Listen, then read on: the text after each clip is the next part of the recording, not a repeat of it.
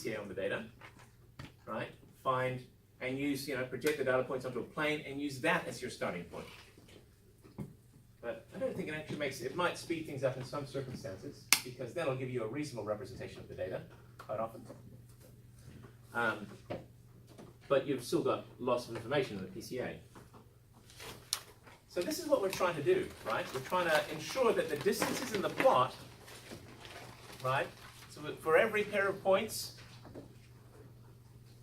we've got, for that, every data point in that distance matrix, right, of which there are approximately, d squared over n squared over 2, we have both a distance on the plot and the original distance in the full dimensional space, right? And what we're doing by dealing with ranks is we are basically trying to fit a monotonic regression to this. So we have flexibility over how this step line goes up, right? So it doesn't have to be a straight line. It can be a step like this going through like that. Yeah? Because we're just looking at ranks. Right? So what we want to do, I'm not sure whether it's in the next point. What we want to do is try and find a configuration of points that is minimizing something called stress. And that stress essentially is the distance from our configuration of points, the monotonic configuration of points, and as modeled here with the original distances. So basically it's the distance between the points in this 2D plot and the actual monotonic regression here. Right. So stress basically is defined as that distance squared, all summed together, right? And in fact, we're trying to find the average distance. Well, we're trying to minimize the average distance. So what we want to do, essentially, this is the metric that we're going to use, is find a configuration of points that minimizes the stress, right? And the stress is basically a measure of, well, how well is my two-dimensional map replicating the full dimensional space, right? If it's doing a good job, this stress value is going to be very small, 0. In fact, if I'm able to replicate it so that all of the points, the ranks of all the points here on my map are identical to the ranks in the full dimensional space, then my stress will be 0. Right? I mean, with respect to the dimensions as well? Dimensions? What do you mean? I mean, if I have the original space, we do have 5 dimensions. Yeah, but that's all boiled down to a single distance, right? So we're not dealing directly with the full dimensions. That all boils down to a distance between an object and another object. Okay, so basically what we're trying to do is replicate the distances on the map such that they, on the full dimensional space with the map distances. Right? And in fact, non-metric MDS, as I've sort of stated, we're actually just trying to replicate the ranks of the distances with the ranks of the map. Right, so what we're trying to do is find a configuration of point that minimizes stress, and that is found as what I just said, find the monotonic regression of the mapped distances relative to the original distances. Right. Hello? Hello. That's time for me to stop talking, I think, maybe. Just about. So how do we do that? Well, basically, you don't need to know. In short, what it does is it starts shifting the points around. So you have this random starting point, typically, right? And then you start shifting the points around. And as you shift the points around, your Kruskal-Wallis, your Kruskal-Shepard plot, what was it again? It's generally called a Shepard plot, in fact. I think it might be Kruskal-Shepard or Shepard-Kruskal sometimes. That's going to change, right, as you start shifting these points. And for every configuration of points, you have an associated stress. And basically, you're moving the points around until you find the value that gives you the minimum stress. So it's not a nice It uses gradient descent to do this. So, you know, it calculates derivatives and tries to take a step, moves the positions of the points in a direction that's pretty useful. But you're not guaranteed to find the best configuration of points that you can using this iterative method. So in fact, what some techniques will do is they'll do it lots of times, you know, like a dozen times, and each time, and it'll just choose, you know, does it a dozen times, finds each time the smallest stress it can, and then choose out of those dozen which one was the lowest overall stress. Bootstrapping? Sorry? Is that bootstrapping? Is it bootstrapping, did you say? Yeah. No, there's no bootstrapping, Chris. It's, Several iterations? yeah, no. What the iterations are. Here's the first configuration, just a random configuration of points. Move those until I find the minimum stress, right? Then do it again. Find a different a different random configuration of points, and then find the minimum, moving them around until I find a minimum stress value there, right? I keep on doing it a bunch of times, right? And then I look at, let's say I did it 10 times, so I have 10 different configurations, right? Look at the stress of all of those configurations and choose the configuration that had the lowest stress of all of them, right? And if in fact a lot of them, often you'll find that all 10 will have the same thing, meaning it's probably a pretty stable value. Yeah. So, how does the algorithm actually choose which direction to move the points in that new space at each iteration? At It's not each random. iteration, it does use gradient descent to do that, typically. But then how does the point get translated from point A to point B in each subsequent iteration? So I'm not sure I follow. So we've got a configuration of points.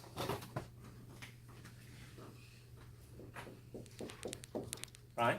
Yep. And we know that we're trying to move a point or grab a bunch of points in some direction that is going to hopefully, you know, we've got our stress objective function here, right?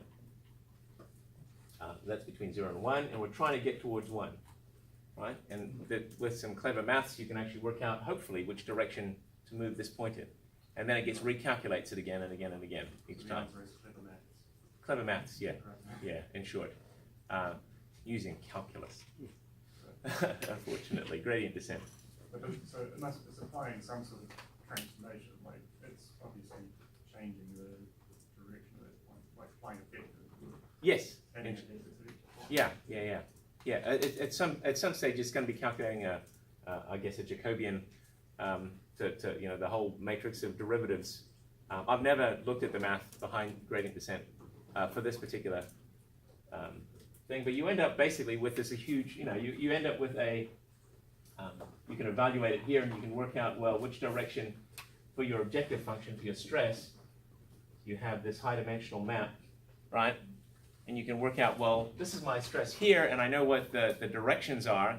Well, what's the step that I should take? It's going to be in this direction. I don't know how big it is. I don't know if it's going to give me an overall minimum stress, but I'll talk about that actually in a bit. Felix. So, in this algorithm, we move the that point each by each. Say again, sorry, Felix. I mean, each time we just move one point and to some direction to decrease the stress. Yeah, I believe it typically does move one point at a time. Yeah. Yeah. So it's the first one move, and now we find minimal stress, and then we try to move the another one, the second one point, then it will change the first one. Yes. Yeah. That's right. That's why it's complex, right? That's why you can't solve it analytically. It has to. So it just does it.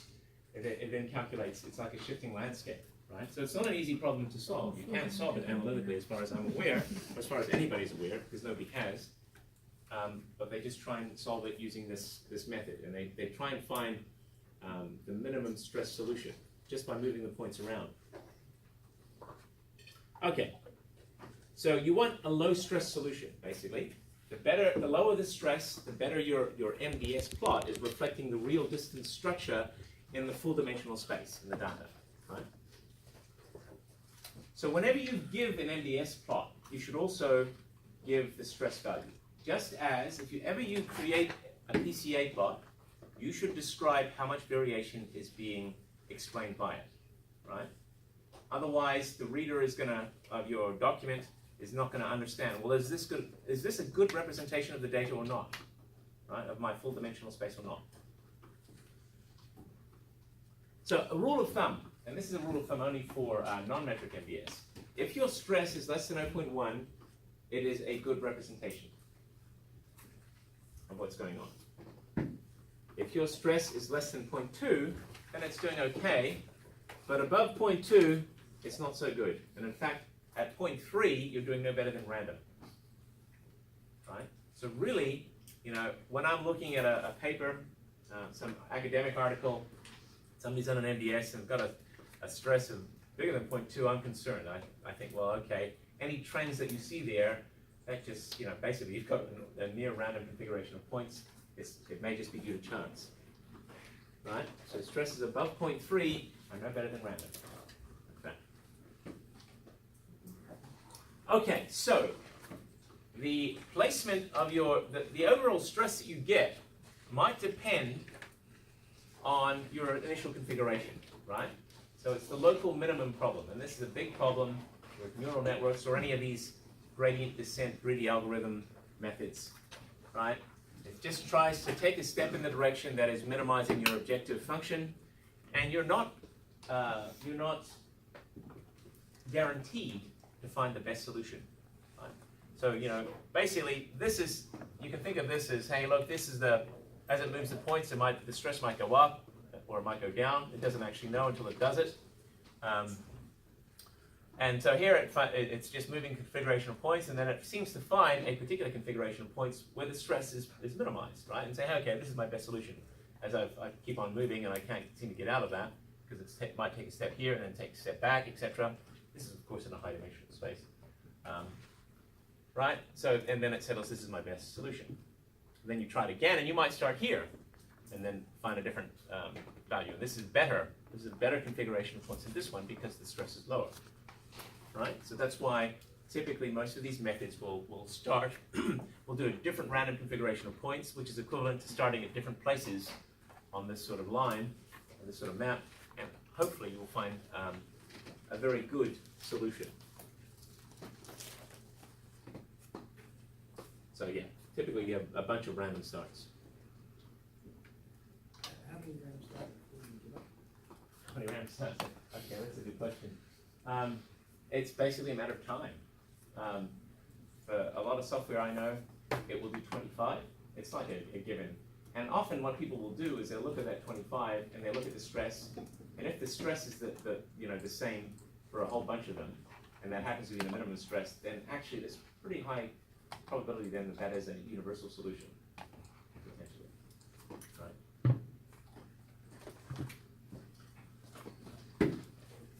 Right, so as I've stated, we can look at a PCA and we can see how much of the variation in the original data set is explained by our new axes, right?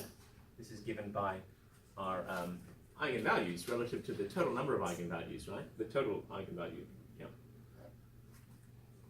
But it doesn't necessarily tell us how well the ordination represents the structure or interpoint distances of the actual data points themselves.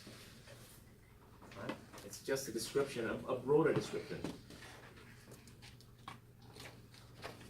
So we can create a Shepherd plot actually for any ordination if we want to. We could do a PCA and calculate a Shepherd plot, right? Because the Shepherd plot, remember, is just a plot of our data points on the two-dimensional space versus, the distance of the data points in the two-dimensional space versus the distance of the data points on the full-dimensional space. Right? So we could do that for a PCA if we want to. It's actually, now I think about it, it's kind of strange that we don't often see them.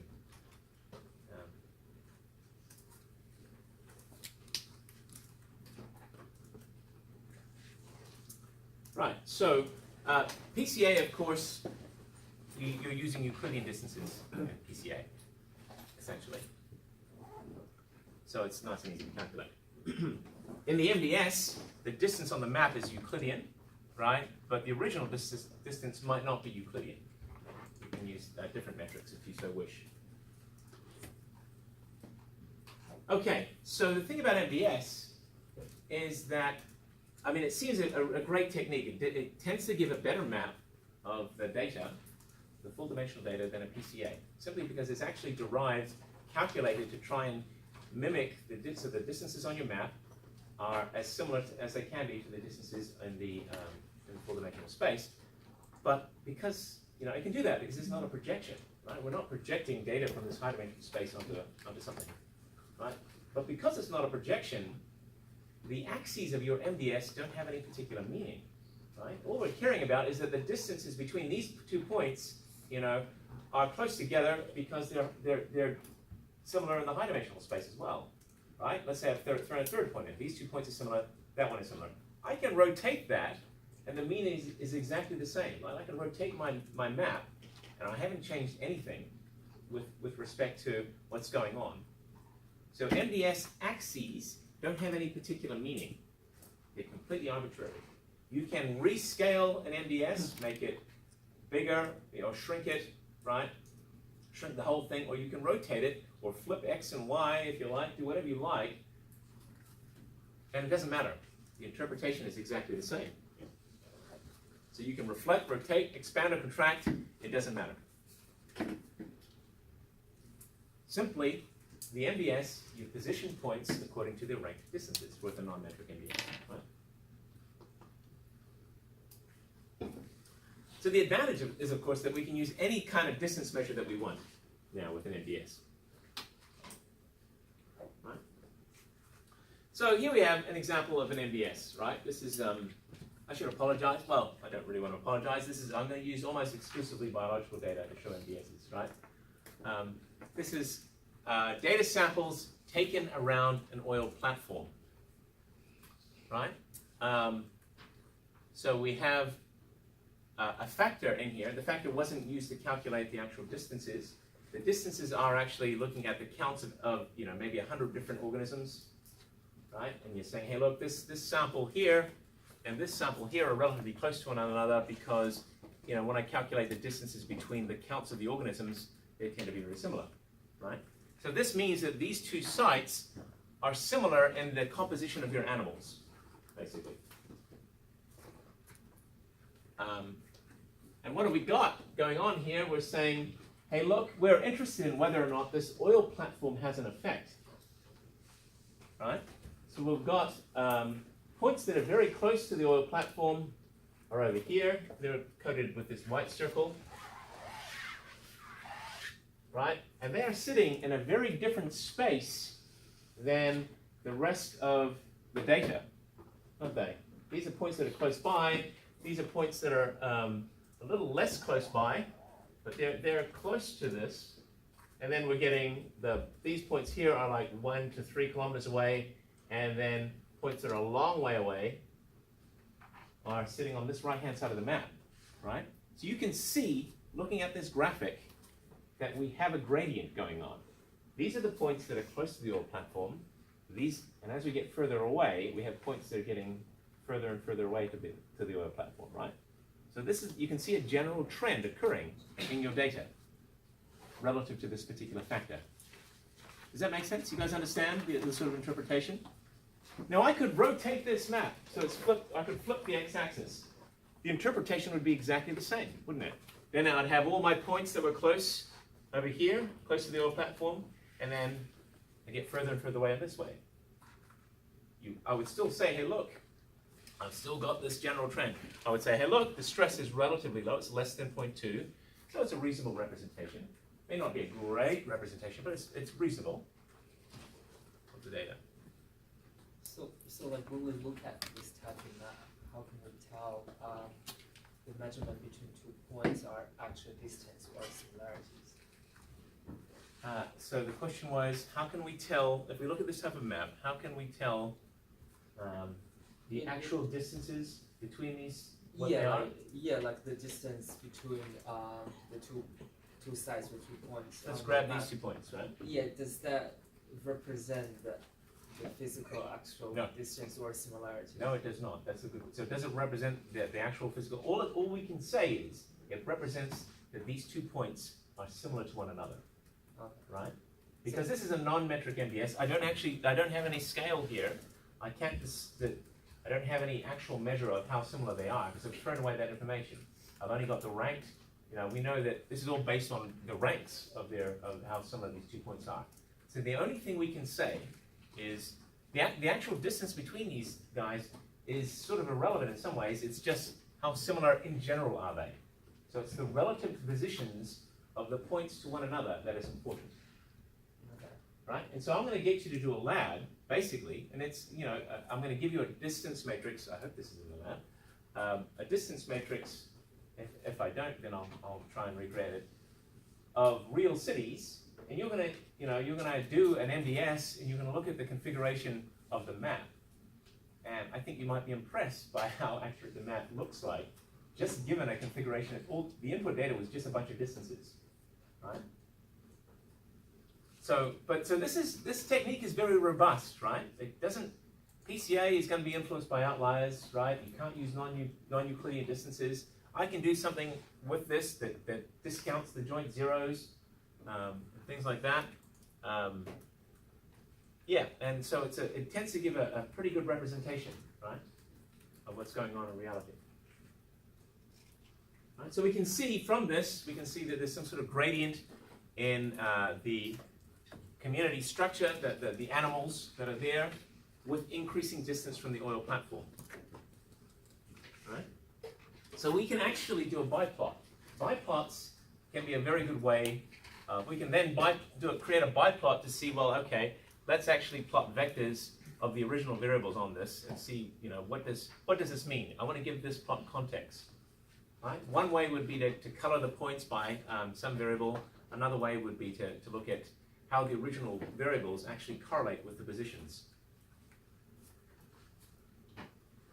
Right? This is the Shepherd plot for that particular MDS. Right? A whole bunch of distances. Right?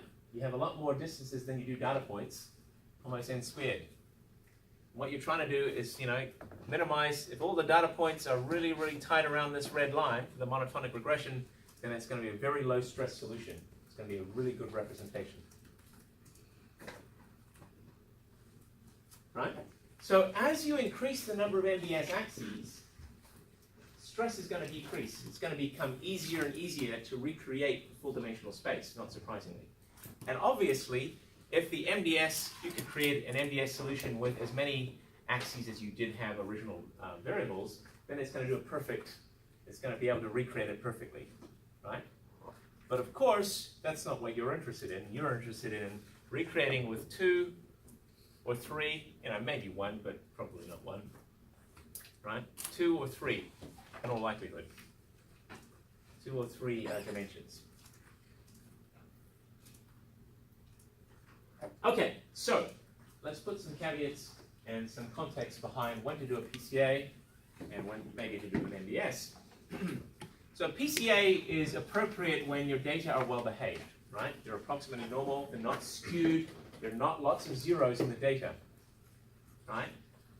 You can do a PCA when your Euclidean distance is appropriate, right? You're not worried about joint zeros being a problem.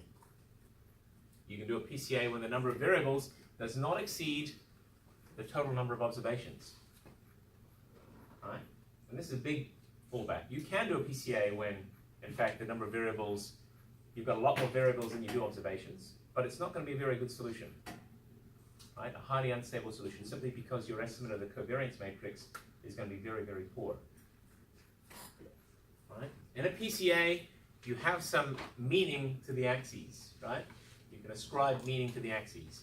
And we're going to do even more than that with something called a factor analysis later today. So PCA typically is based on the correlation matrix, right? In those rare situations where all the variables that you measured are in fact in the same sort of scale, or some sort of comparable scale, then you can do it directly on the variance-covariance matrix, right? Otherwise, I would probably suggest you do an MDS of some kind. It will tend to give you similar results, but if you've got outlying data points and you're worried about that, non-metric MDS is going to give you probably a better representation. And you can deal with a really big a lot of variables relative to the sample points. This example here, the EcoFisk oil example, I think is something like, I don't know how many data points there are, maybe a couple of dozen, and there were almost an order of magnitude more variables. They measured lots and lots of species relative to the sample size itself. Right? So the number of points is the sample size, but we don't the original actual p dimension of species was much bigger. So that's when PCA runs into problems, right? And more often you will find this situation where you've got a lot more variables than you actually do have data points, right? How do you represent it? Probably your first thing you should do is do an MDS rather than a PCA. Okay, so when you're doing a map, think about the nature of the data, right? Can it handle the kind of data that you have?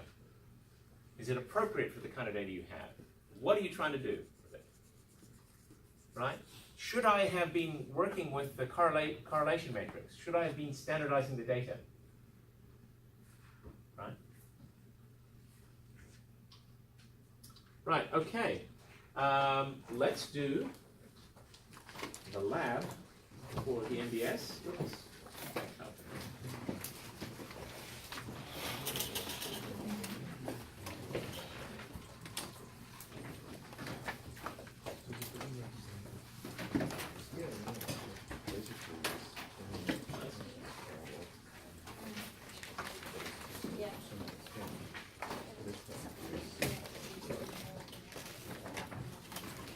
Oh, sorry, I've only got the MDS lab on here. Let me just put it on for you guys.